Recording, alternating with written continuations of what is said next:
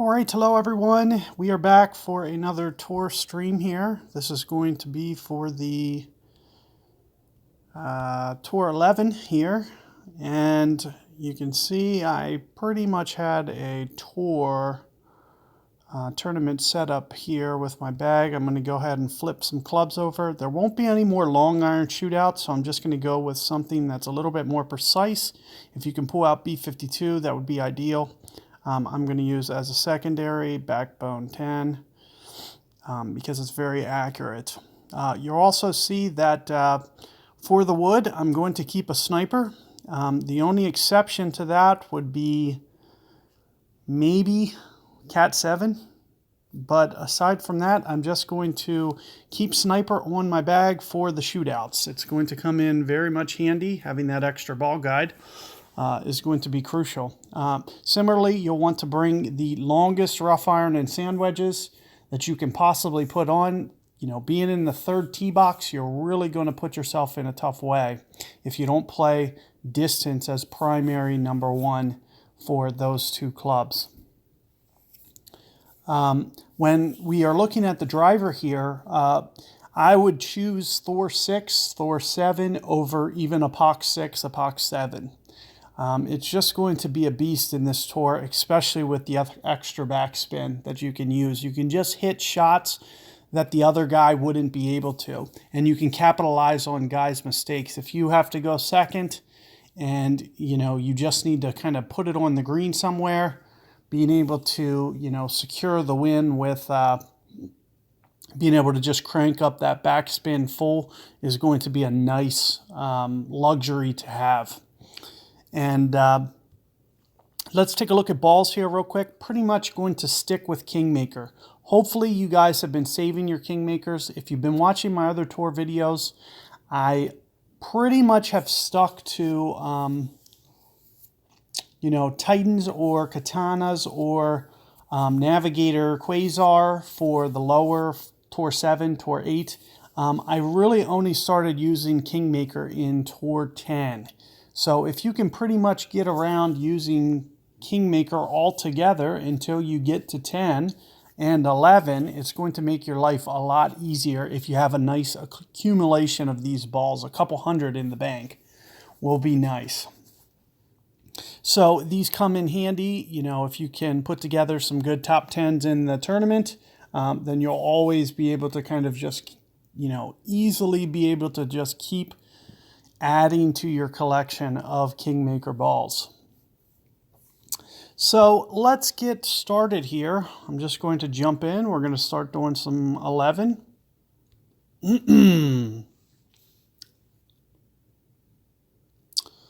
So this is the very first tour where you get to the back tee box. So it does make things a little bit interesting. What I try to do is just try to focus on making sure I eliminate my mistakes and just try to get to the shootouts. So you'll see me play more according to that, just to make sure that I'm, you know, getting to the shootouts. Now with this hole, it does become a little bit easier if you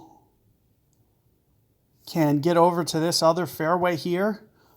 This is a very challenging wind to do so. I'm surprised my opponent here using a Navigator ball.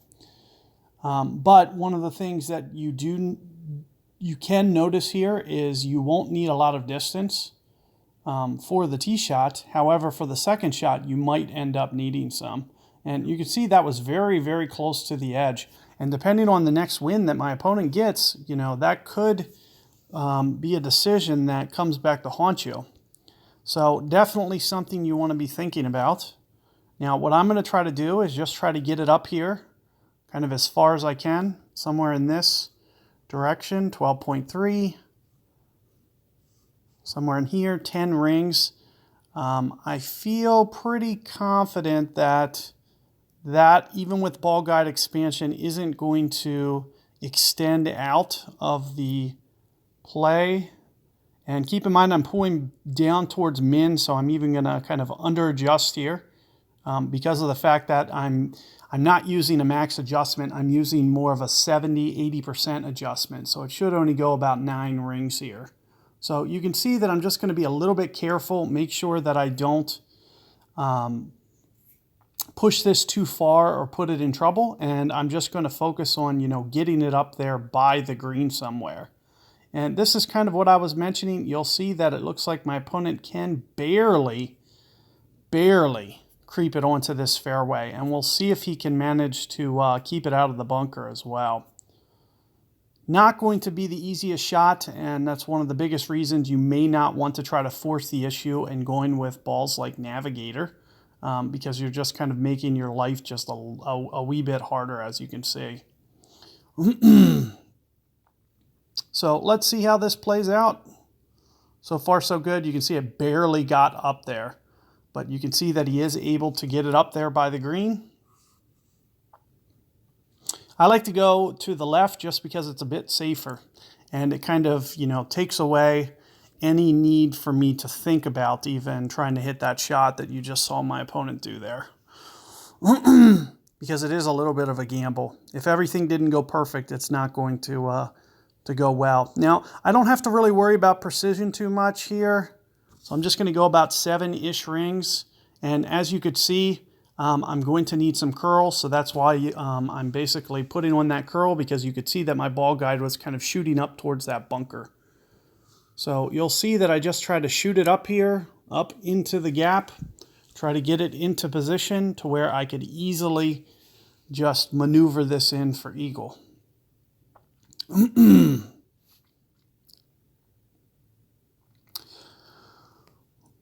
And you'll see that with the Thor 6 specifically, I'm going to have a very good chance on the shootout holes, and that's one of the biggest reasons that I'm rolling with it here.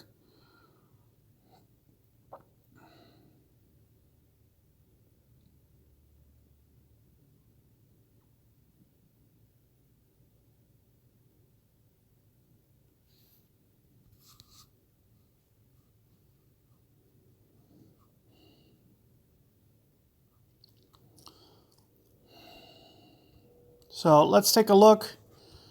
I do want to just try to figure out how far I am. So here's about half club. Here's about quarter club. Here's about 1/8 club or so. We can use the tool if you'd like. We're at about 1/8 club, somewhere 15%, somewhere like that. It's only going to require about a ring or so. So very, very little. Notice how I'm putting it onto the green. As I mentioned, very, very little. So you can see that I put it just outside the edge here. Oh no, I can't believe that fringe glitched. I would have bet $1 million that wouldn't have landed on that fringe like that.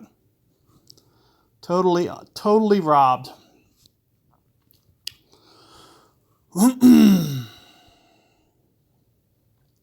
So, best we can do, just move on from that. Very unlucky break.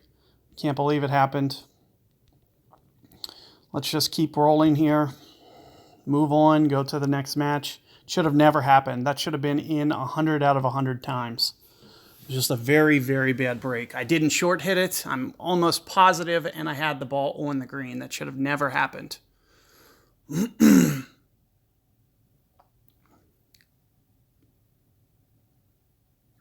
But for those of you who are watching, that might be one of the biggest reasons that you never want to not put it on the green. If that doesn't, case in point, just kind of show you, since it landed, for whatever reason, landed right on the fringe there. If that just doesn't kind of, solidify it for you as to why you should never aim there, or never aim on the fringe in general.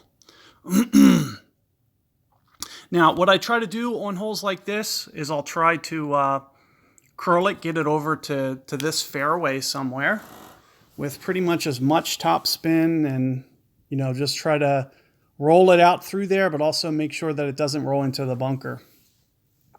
So just getting it into play here, and then I typically try to go for some kind of fairway bump on this second fairway here.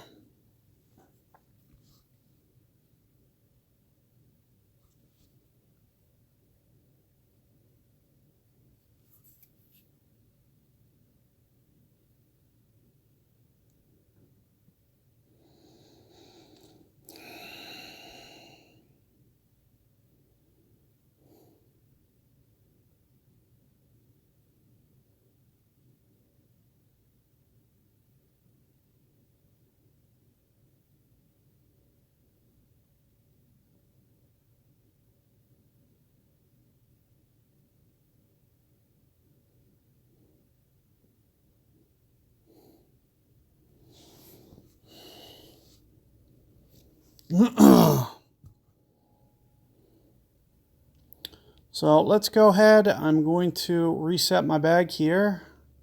Now, this is going to be interesting. So very marginally uphill. Use -5 here. Note that I was going to be pulling down very, very close to min. So I'm going to need to reflect that in my ring adjustment. So if you can see with what I'm doing here. So I'm going to try to land maybe somewhere around here with about 7-ish, 8-ish rings here.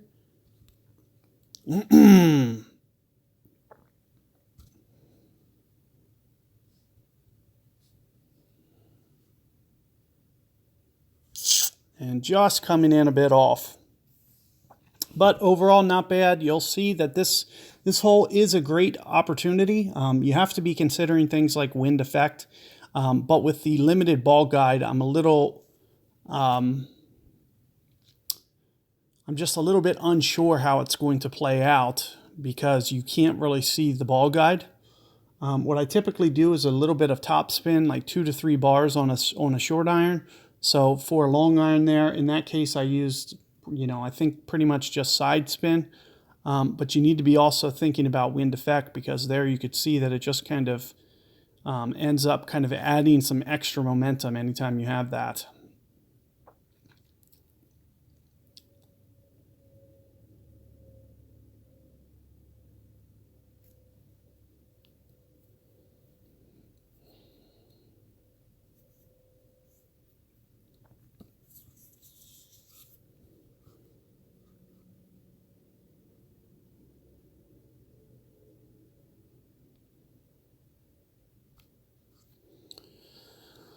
All right, so let's take a look at some of the Tour 11 shootouts.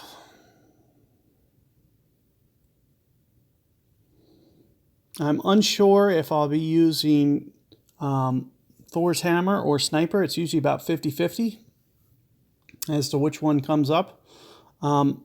As far as the ring adjustment goes, I can kind of do all the sniper stuff in my head, so I don't, typically if I'm playing this tour, I might not even use the notebook tour, the notebook tool. I just don't need it when ring adjustments are that easy. I can figure out the shots for myself. So this would be an example where, I wouldn't need to use it. But since I'm putting this app out, I'm trying to give guys a little bit of extra help with the app. So with that being said, I'm going to use the tool.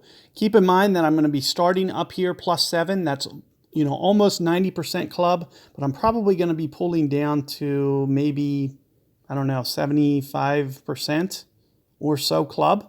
So you'll have to make sure that your ring adjustment kind of aligns with that. So one of the biggest things that people can do here is maybe not pull back enough and then wind up long. So here you can see it's going to be coming in very, very fast. And you can see that it almost shot over the green. So you do want to be careful of that. So let's take a look here, 13.0. As I was mentioning, we're going to be pulling back here somewhere towards 75% club, 70% club, somewhere like that. So I'm looking somewhere around maybe 15.5 rings. Of course, we're going to crank up the backspin pretty much full. You can see with what I'm doing here with my aim, keeping it short and to the left. Let's see, 15.4 rings.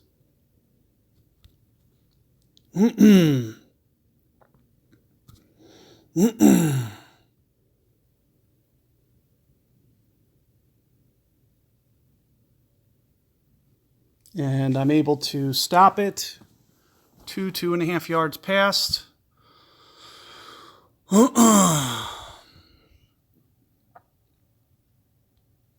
So, it's going to come down to wind effect. A 13 wind is obviously a challenging one. Just I'll get rid of a couple chests. Why not?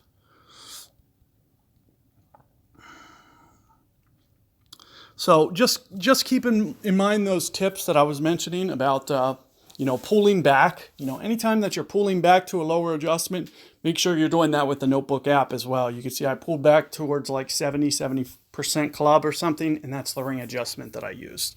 Also consider wind effect. Wind effect is going to be huge. So you could see that I left my ball guide short and left. And where did the ball wind up? It ended up long and right still. So the player that best estimates the wind effect is going to be the player that wins more often than not.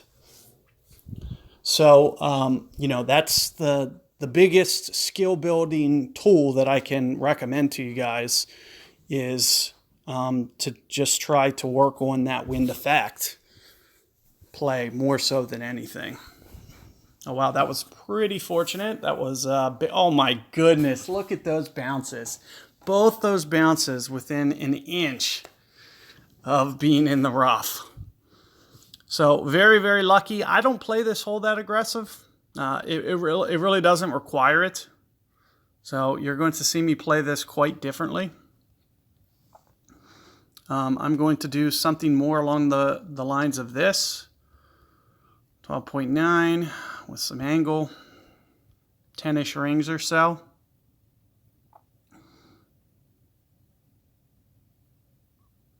So I'm, just trying to visualize, 10 rings up as kind of my landing zone. Probably won't even use much O power here. And you can see I backed off the top spin considerably as well. I like to try to keep it out of the rough if I can, and just kind of keep it well short here. It usually puts it into good sniper range. And it makes this really straightforward hole.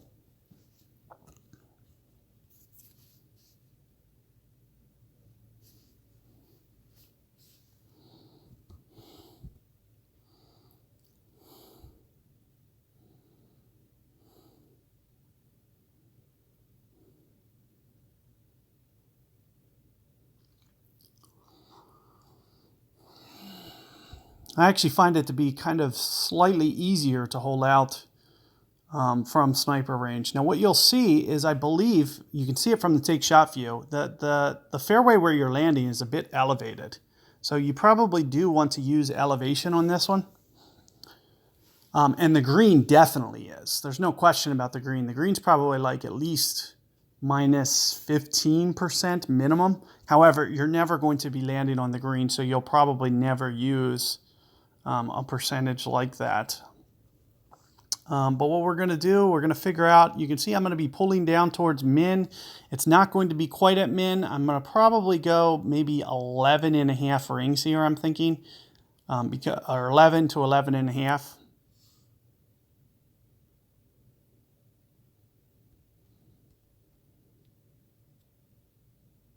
And just try to hop it kind of on like this. Keep it in mind that the ball guide might change. As I mentioned, right around 11 rings here. I'm just going to do this in one pull. Try to save myself some time. And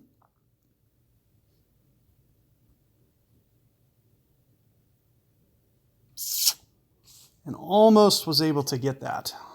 Very, very close. So, always consider, the way that the ball is going to hop. It's going to definitely hop forward a little bit anytime that you have tailwinds like that. So you just need to always be thinking about wind effect. If you forget even for a minute, and, even from time to time, I'll forget about it. I'll just kind of lose my head and kind of set up towards the hole and then not even be thinking about it. But what you can see about holes like this is the wind effect is more about getting the second hop right. You're just trying to get that second hop to make sure that it kind of hits the fairway where you want. So more so than your ball guide on holes like that, I'm just trying to look out for where the second hop's going to be. Okay, so with this hole, I don't use much elevation. There's two ways to go about doing this. I'll probably just go, let's just go sniper here. You can see we're going to be very close to max. You won't really need the slider. And you can see I have just a little bit of a wind here. There's two different ways to do this. I can do this with a driver as well. I'm pretty good with both shots. You can see that I'm still set up just a little bit off. And I'm going to need to go about 13 rings. I can't really see where that is, so I'm just going to have to kind of wing it. But you can also see that I'm kind of set up just a little bit wrong. So, you know, with my alignment, so I need to make sure that I curl it back. So here you can see now it's shooting up towards the hole. It looks like I should have just put just a tiny bit more topspin on it. But you can see that it was approaching the hole. And the trees were very much shielding that view. So you might want to remember to turn the other direction on a wind like that. And if I had something to change, that's what I would do. Always be considering wind effect. Keep in mind that the ball's going to push it significantly. That's why I used as much curl. The only thing I did mess up, it looks like for whatever reason, maybe it wasn't quite as much of a tailwind. I was expecting it to jump forward and it didn't. So if I end up losing, that's probably why. But, you know, time and time again, if I'm playing a guy who's playing Cat 6, I should beat him so many times, almost every time, especially once I get into the groove of being in this tour. Keep in mind, I don't play tour anymore. So for me to need to do all these shots, you know, it's a little bit of a challenge for me because I just don't, you know, I don't tour grind at all. I'm focused on kind of teaching the game, the instructional. You guys are seeing me do these videos. However, we're working on a lot of big projects right now at Golf Clash Notebook. There's going to be some big things coming where, you know, we have, you know, 2 or 3 huge things that we're working on and we're kind of dividing. Like I'm taking one, Ian's taking the other, and we're just kind of splitting up. The stuff that I'm doing is a lot of data collection, stuff like that. And once you see what it's for, you'll see what we're basically doing. But keep in mind, you know, I don't play the game very often, so you can see that, you know, there's a learning curve involved. If I played and actually, you know, came to Tour 11, grinded for the week, 50, 60 games, and actually really started to hone in on all these shots, I'd be really tough to beat in one of these tours. Right now, I'm pretty, you know, I'm prone to get beat. I'm playing off of experience, essentially, because I don't have none of these course setups memorized. I don't know how to do any of these shots, but I'm just using my experience and what I know about the Notebook app wind tool that I created here to basically walk you guys through how to use the new slider and to be effective doing it.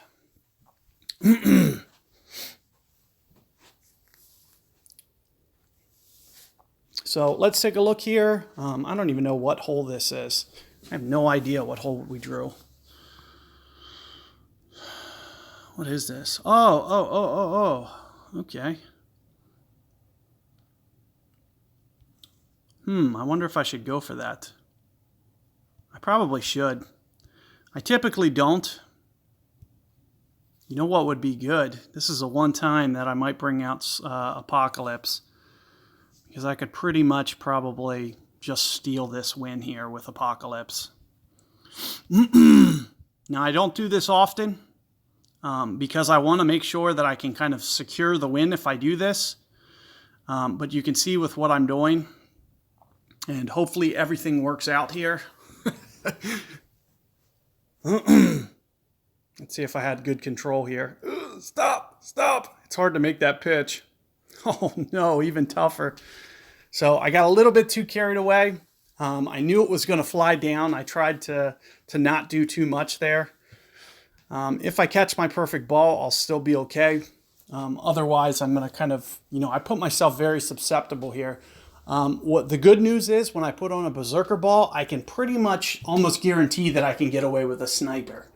There's very few situations and holes where I'll still need to hit the driver. And I do like to have that Thor for the shootouts. So that's the main reason that you guys see me play with that, is for the shootouts. But let's see if I can't get my perfect ball from the back of the green.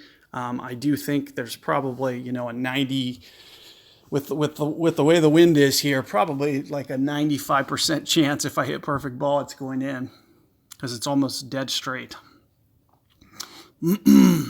So I'm really not going to play wind at all. I'm just going to try to concentrate on landing on some kind of flat spot, or as flat as I can. You know, make sure that I don't put it on some weird hop or glitchy ball green. And as I mentioned, you know, I expect with my perfect ball to be able to take this one. Looks like I just missed it. It's probably going to miss right edge here. So that's going to make the grind just a little bit tougher. Again, as I mentioned, you know, I was trying to just play that by feel. I don't really have the experience to be able to pull that shot off in tour, because I've never played Nordic Fjords in tour, ever. So I was just trying to play that hole from memory. You can see I used very little overpower on the drive, but it was still too much. I remember when we played it in the tournament, I used about 4 from the master tees. I used about 4 topspin, but we weren't able to land it up as far as I was able to with that straight tailwind, because we had more of a side wind. So I was trying to take off some of that, and as you could see, it wasn't enough. But let's go here, see what I can do. My opponent's going first. Is this the hole that I play 0%? I believe this is the hole I play 0%.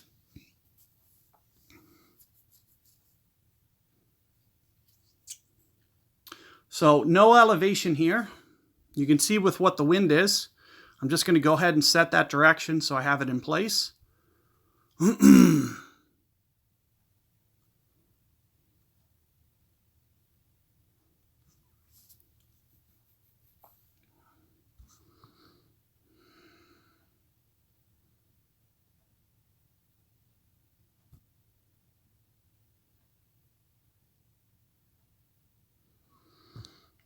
So let's see what I can do here. See if I can't come in and steal this thing. You know, first thing I'm going to do is size it up, because I'm not going to have time later to. So you can see I'm going to be pulling down towards min. So I need to factor that into my scenario here. It's not going to be at min, but it's going to be pulling down here. So I'm thinking somewhere in the neighborhood of maybe 13 rings or so. And then aside from that, wind effect, obviously all the time. Wind effect, and as you can see, I'm also going to need a significant amount of curl since I'm set up over to the side here. Keep in mind, when I move to lower ground, it might kind of change my ring adjustment just slightly.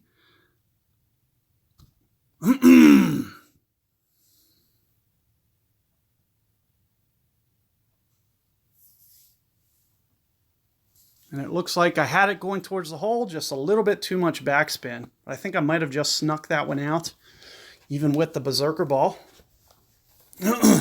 Because of my good, you know, understanding of wind effect, and hopefully being able, I actually thought with the curl that was going to roll out a little bit more than it did. So I kind of feel that I got a little bit unlucky there.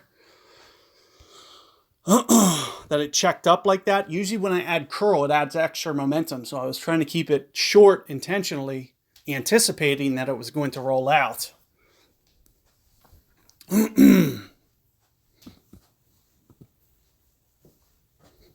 But let's keep going here. I'm going to switch back to my other bag. I don't want to, you know, for the most part, I'm not going to play with that, you know, that type of approach very, very often. I usually like to play, you know, kind of slow and steady. I don't need to hit that shot to beat people. I can beat people on the shootout. But it is nice to have an easy win like that from time to time. It's very good for morale as well.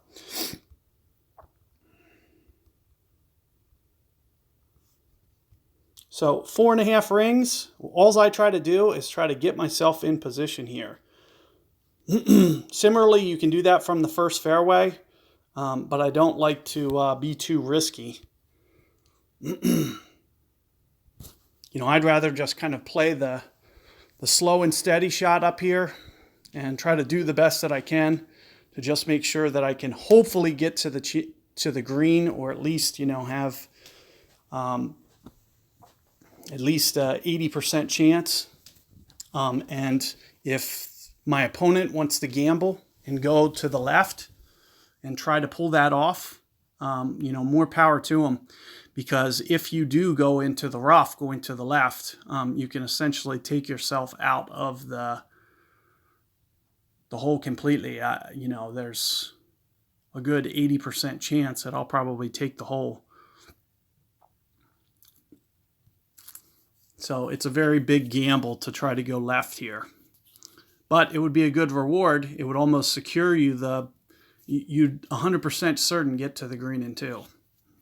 Whereas I'm not 100% certain. I usually bring Cataclysm here because if we get a nasty headwind, we're going to need it.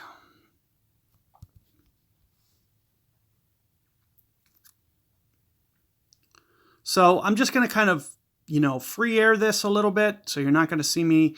I do expect I'm going to hit about this much power, which is pretty much full. And I'm just going to probably go right around 12-ish rings. And you're going to see me curl it back. I'm going to try to, you know, kind of change the angle of the shot a little bit. So all that curl gets it kind of going a little bit straighter up. Oh, no. I underplayed that. Mistake there. So this was uphill, and that's one of the reasons that I went, man, I can't believe I wasn't allowed to land there. Wind effect, and also, you know, a really odd hilly fairway just ended up costing me there. You'll see that this shot will be a lot easier with Cataclysm. So there's a good chance that my opponent will pull this off. Now, what was I doing? I did, you know, 12 or 13 rings. I was trying to use just a lot of curl. You know, that was very intentional what I was doing. Usually with that curl, it creates a better angle going up the hill, and you can actually keep it from doing what my ball just did. But you can also see my opponent's coming over this way too. I mean, he barely kept that out as well. So a lot of wind effect there with that crazy wind. Let's see what I can do here. If I can put this, you know, perfect ball, there's still going to be a good chance here. So big mistake though. Unforced error here.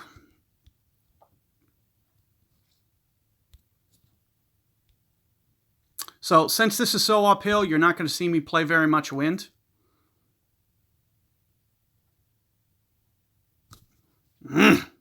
But a great ball is not going to go in. So I'm at least 50% to lose this now. However, you know, especially as far as my opponent is, since he's down there as well, it's not a guarantee that he's going to make it. But I would assume he's at least 60% from here. But it's definitely not guaranteed. When you get to tour 11, you can't even guarantee perfect ball on these pitches. And missing your perfect ball is enough to make this slide off the hole. So the only thing that I could say, you know, if I would have played maybe about 2 more rings to on that second shot, if I would have played about 2 more rings, you know, that would have gave me a probably enough that it wouldn't have. And by playing 2 more rings, I mean setting up 2 more rings to the right originally. I was trying to create a lot of curl there intentionally, because all that extra curl ends up helping you in the long run to kind of shoot up there without hitting any of the rough. So it creates a much better angle for you going up that hill.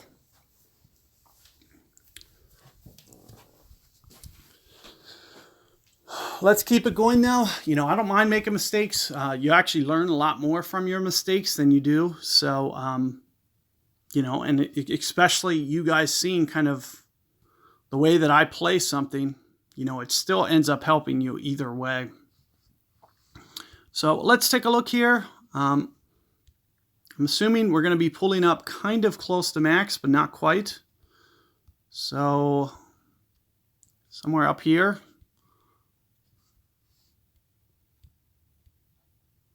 Just going to kind of lay up with some curl. 8.7 rings, somewhere in here. As I mentioned, with some curl. Even if I roll in the rough, it's not the end of the world, so you will see me play it somewhat aggressive here.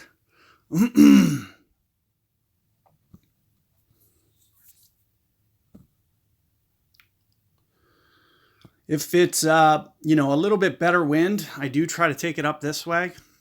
I like the angle coming in from up there. However, it's going to be really hard for me to get to that spot. So that's the primary reason that you see me doing what I'm doing. The second shot is going to be a little bit shielded. It's kind of a tricky shot.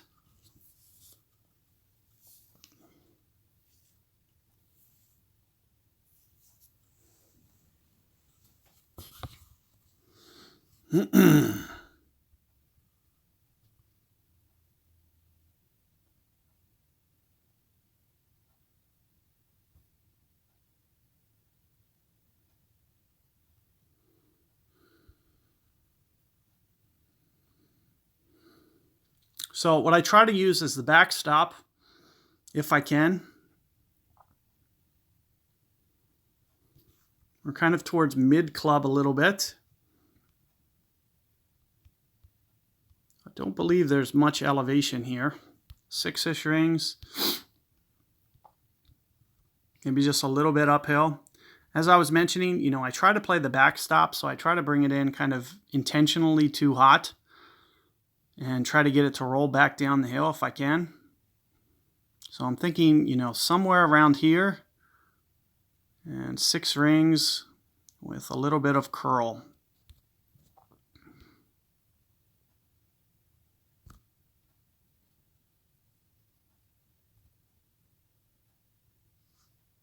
And it looks like it's coming in perfect speed. So I expected it to kind of shoot behind the hole a little bit and then come back down, but either or, that was still pretty good speed. With the limited ball guide, sometimes, you have to guess a little bit, but that's the reason, I took off the speed. I was only using 1 or 2 backspin there. I'm assuming, curling back against the wind is kind of partially the reason as to, a little bit of a headwind. But when you add that in with curl, curl against a headwind, it actually kind of intensifies. So you can see that it, kind of started to kind of check it up a little bit more.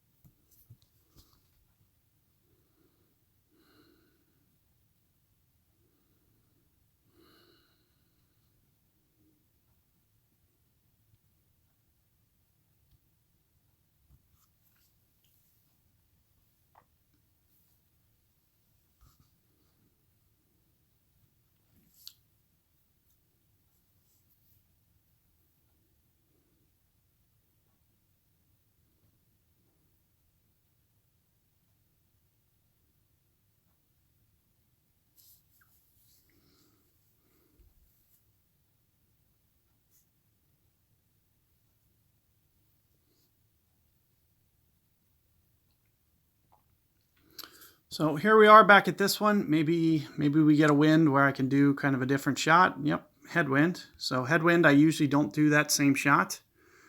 You're going to see that I'm going to go kind of like this. You'll also see, I don't know where I am going to be in the mid-max span. But what I'll typically try to do is kind of land right around here. It feels like it's about...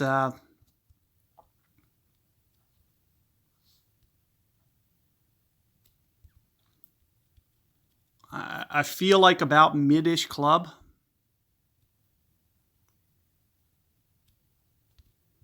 So maybe somewhere around here with some curl. And you can see I took off just a little bit on the top spin, or on the full back spin. That's shorter. I can't believe it landed that short. So I was probably off by about a ring there. And that's why you see it coming off. But as I was mentioning, you could see that I didn't quite use full backspin there. I still have a reasonable chance here.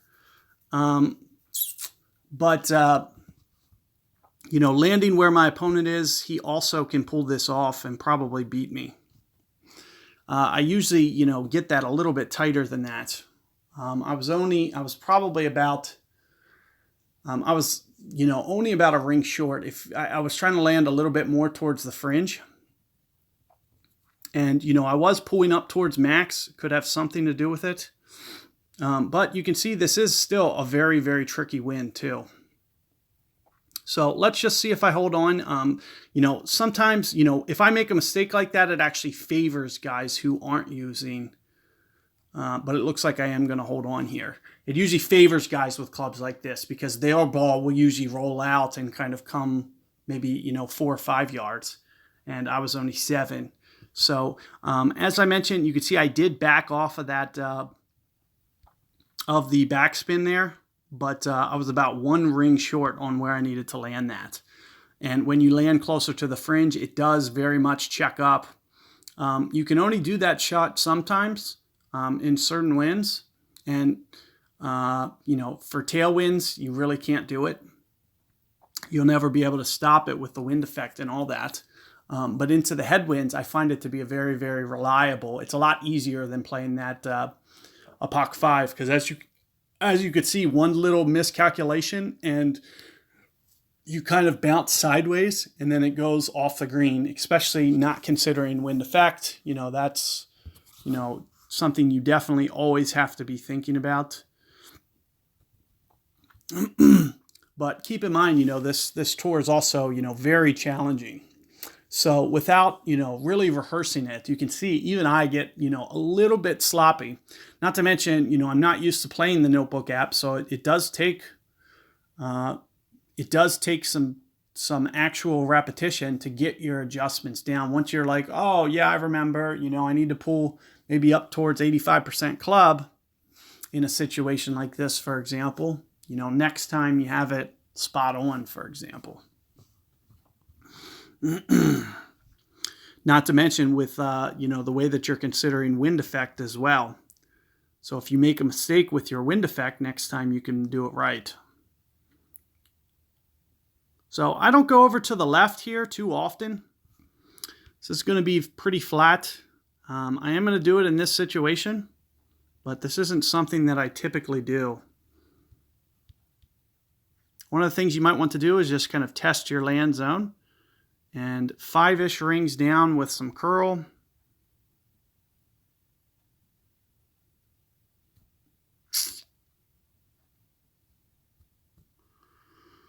I usually play to the right in this tour.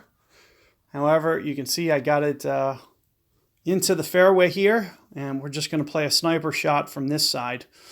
I don't get too worried about getting it up as long as where my opponent did. I just try to make sure that I'm in range. And you should see that, you know, it doesn't require a very lengthy drive here. I don't like to put it somewhere where I could potentially be in between clubs. And you'll see that I won't be in between clubs. I don't recommend doing what my opponent's doing here. It's just far too risky of a shot.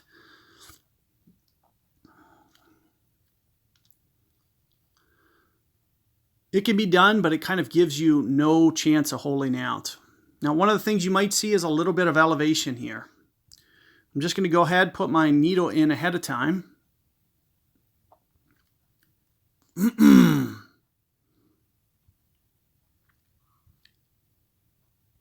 Next thing I'm going to do is I'm just going to kind of size the shot up before I start inputting my wind here. So what I try to typically land is right about here.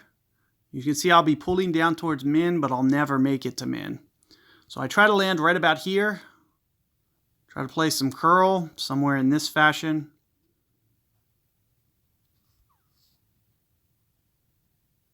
I'll typically only use 2 backspin here at the most.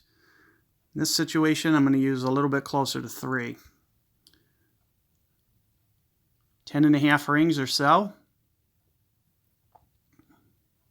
I'm going to try to do this in one pull.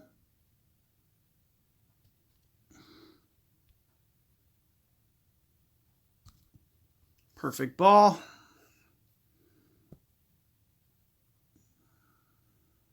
Just a little bit too much wind effect.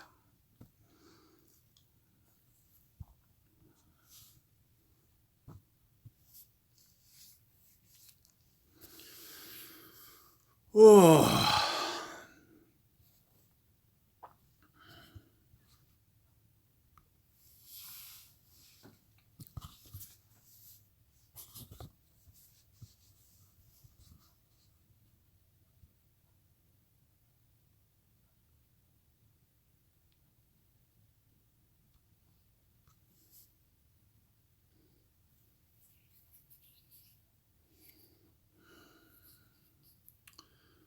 So let's see what they give us now.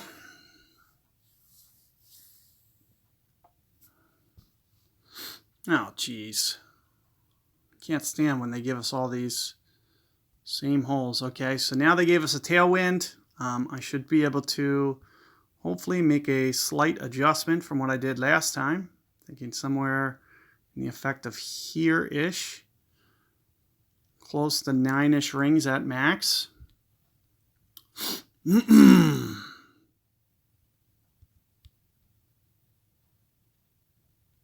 I'm thinking somewhere around here. You can see this time the trees are not in the way.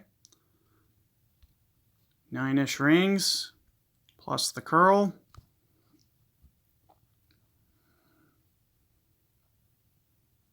Make sure it hits the fairway. It looks like it just caught the fairway. This might come in a little hot. I wanted to catch just a tiny bit more fairway. And you can see it just slides by. If it didn't come in hot, it was going to sit right by the hole there. So you can see that second bounce, it landed just a little bit longer than I was anticipating. So it comes down to a game of fractions of inches there, because I was about to be within, half a yard, and just, landing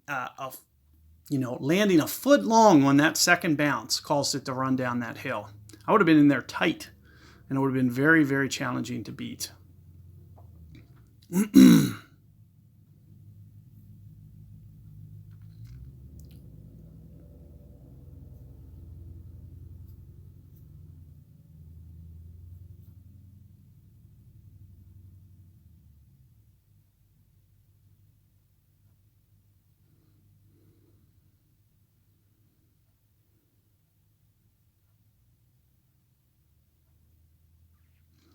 But this one looks like it's coming up just a wee bit short. So we are going to hold on. Keep in mind, my technique there was really good. You just really got to concentrate on, definitely getting that second bounce where you want it.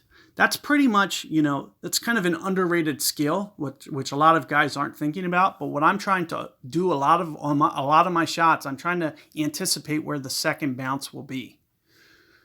So it's kind of like a next level type thinking, because most of you are probably looking at the ball guide and just trying to get it to go by the hole, for instance. Whereas what I'm always trying to do is get that second bounce right where I want it, because I know the spots for the second bounce for them to run out kind of the way that I want. So let's keep going here. 1 or 2 more holes, guys. Oh, another easy wind. So this is a couple straight. There's times that I hook slice this. We're not going to get to see it because these are not one of those times. These are actually, the cases where I can stay away from it. You'll see I'm going to use a little bit closer to 5 on the top spin and maybe about half power. I'm going to go about 6-ish rings here or so. Try to use most of my curl. Some good OP. Didn't want that great ball. Hopefully it hangs on. It might not. Sure enough, didn't. So that's okay. If I would have landed a little bit longer, it actually would have deflected more towards the right. I didn't quite catch enough of that slope. So it was a little, mistake on my part. But I also, in no regard, wanted that great ball, because I was, playing it somewhat aggressive. I tried to get pretty close to that edge. If anything, I wanted a great ball to the right. So that was definitely an unforced error. However, let's keep in mind, we're not out of this hole. So always just set yourself up, give yourself a chance. It's the best advice I can give you, because I don't know what this next wind's going to be, and I still might have a chance. So there's no point to, be too bent out of shape about what just happened. Now, what this is going to do is it's going to slide over here. Let's see if he got it to stop. Nope. So we both have unforced errors. So this might come into basically who can kind of hit the better shot here. So I never count myself out, first off. So, that's one of the biggest things to take from this. I'm going to go ahead and put this on. We're going to use the Golf Clash Notebook Wind here at Max Club. It's telling me about 7 rings, and I'm going to use a significant amount of curl on top of that.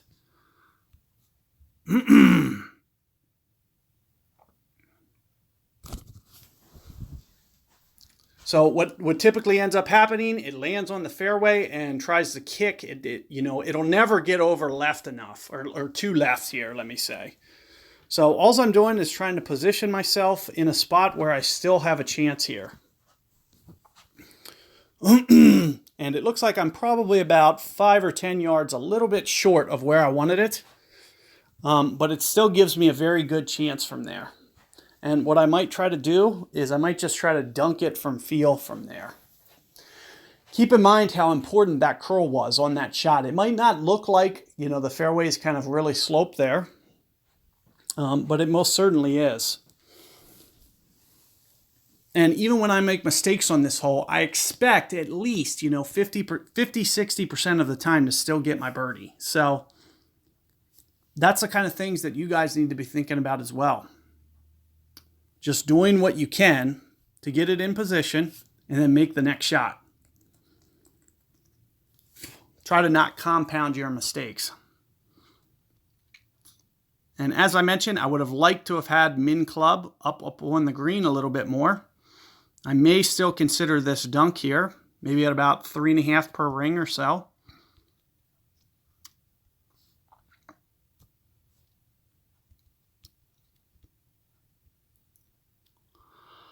The dunk is kind of my preferred method. Kind of takes the ring, the wind kind of out of play. You can see that this is uphill, and that's why I'm playing it, right about maybe 3.5 per ring. Perfect ball. And sure enough, got my birdie. So as I was mentioning, I never count myself out. And that's the same type of mindset that you guys need to be thinking about as well.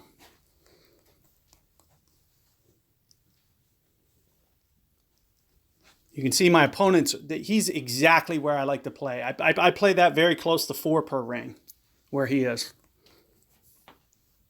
And it's much easier to make than this rapier shot. It's much easier to make than the thorn backspin shot.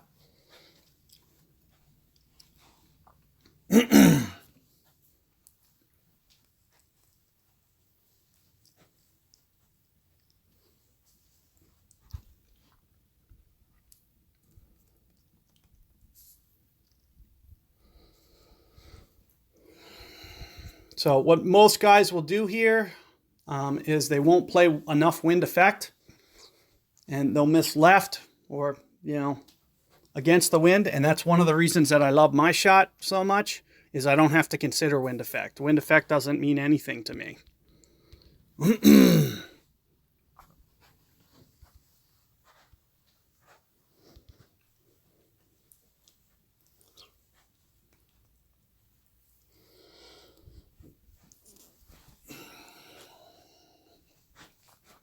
So what happens with the wind effect on holes like that is you have,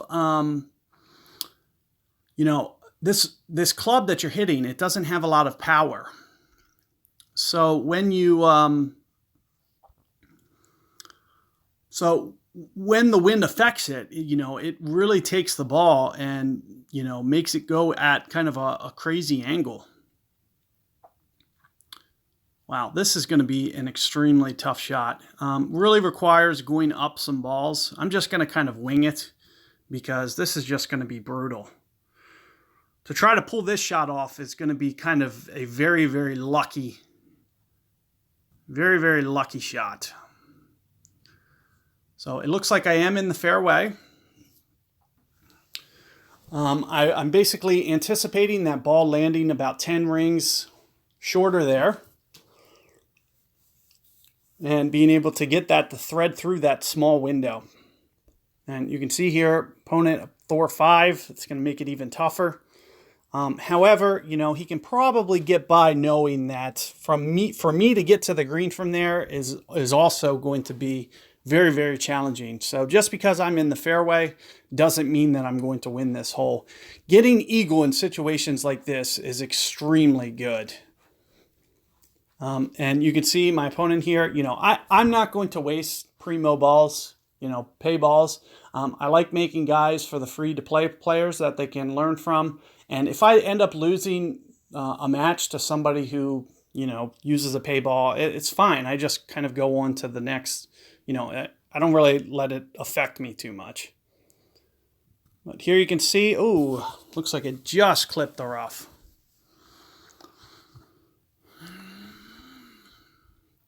But as I mentioned, you know, this was going to be a bear either way. I'm not sure that I can land this over. You know, it's about 12 rings or so. If this lands on the fairway, it's going to barely land on the fairway. But that's how I'm going to try to play it. I'm going to just try to get it up here as far as I can. As I mentioned, if this lands on the fairway, it isn't going to be by much, like a ring or two. And I'm just trying to really get it up here. I don't really care if it's in the rough, because if I can get my perfect ball, it actually keeps the ball lower. I'll have to play less wind effect this way. So I wasn't too worried there. I wanted to just make sure that I got it up there kind of as far as I could to at least give myself a reasonable chance at the pitch here to win. Because you can see my opponent, you know, what I recommend is not getting too aggressive. What I would do is I would just kind of lay it up over in this situation, up over to the right, instead of trying to go full like this, and just make sure that I'm in the fairway. You know, try to, anytime you're far, you're very, very far, you don't want to do too much, because the farther you put yourself back, and especially not in the fairway, it kind of lowers the percentage that you can make it. And here you can see I actually got a very straight wind. So this actually is another reason that it just kind of really, really helps me. You know, I could probably make this with this wind scenario, you know, at a fair percentage of time. All I'll need is kind of perfect ball, a little bit of luck, one or the other.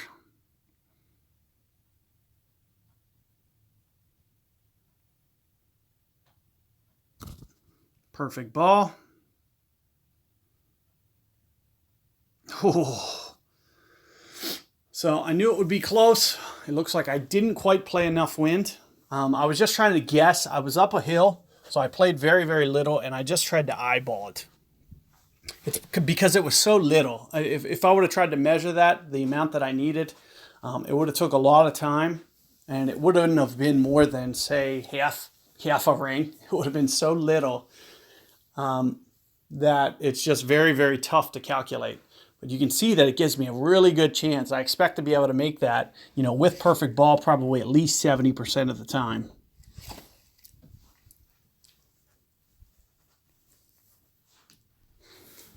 Whereas my opponent, being back here, it's a little bit tougher.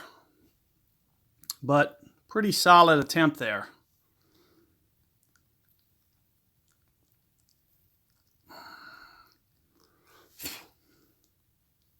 Can't believe how much this guy loves talking to himself, though. Just completely emojis the entire game. I haven't said 2 words to you. Like, it's so crazy that guys just keep going off on emoji tandems.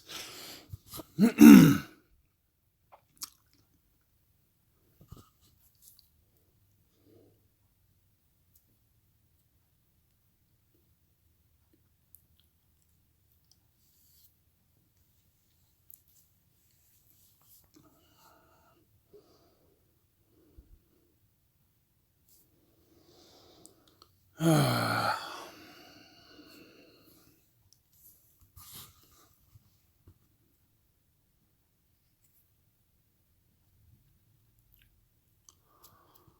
right, so let's see what this looks like. Oh boy. So this is a tough one. You usually want to go second here. Just as I say it, you usually want to go second here. I go first.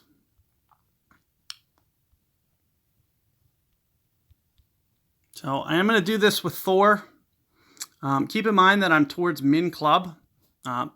Also keep in mind this is a very, very tough shot. It's going to require kind of perfect land zone here. So I'm thinking somewhere up here, somewhere around, 7-ish rings or so. Also a little bit of curl here because of wind effect. And the great ball, isn't going to be the best. But let's see if I can't get this to shoot down, hit the pin. So you can see that, a decent attempt. Somebody who doesn't have Thor's hammer on, it's going to be, I gave him at least something to think about. It's not going to be an easy shot to beat. So that's especially what you want to do going first. And it looks like I might have just added just a little bit too much power there. But all in all, it's not too bad, especially considering how challenging this shot is with any other club. So it looks like, I can't really tell what he's doing. Maybe some kind of bunker bounce, which is also a very tough shot. I mean, you're basically dependent upon it needs to roll out of the bunker, which is not always the hardest thing. It can basically end up getting buried in there. And especially if you don't consider everything that needs to be considered. So here you can see it just kind of flatlines in the bunker and we pick up the win.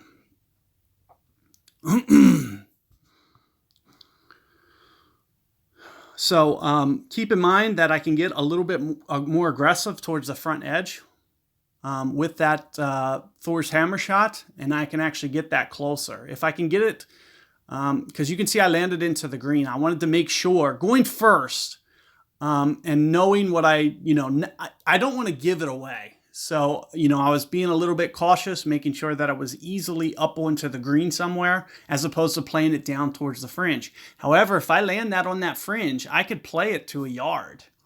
So that's one of the biggest advantages, is being able to do that, especially when you have to go first. Because let's just throw the alternate scenario out there. My opponent goes first. He hits that shot. How hard is it going to be for me to beat 16 yards with a Thor's hammer? All I'm going to have to do is crank up the backspin and just put it close, anywhere. I mean, it doesn't even have to be on the green. I could have left it. If you leave it in the back bunker, it's usually 13-ish. So it would have still beat that shot. So, good luck with your Tour 11. Hopefully you guys find this helpful. I wish you guys luck. Let me know how your guys are doing. And take care out there. See you guys.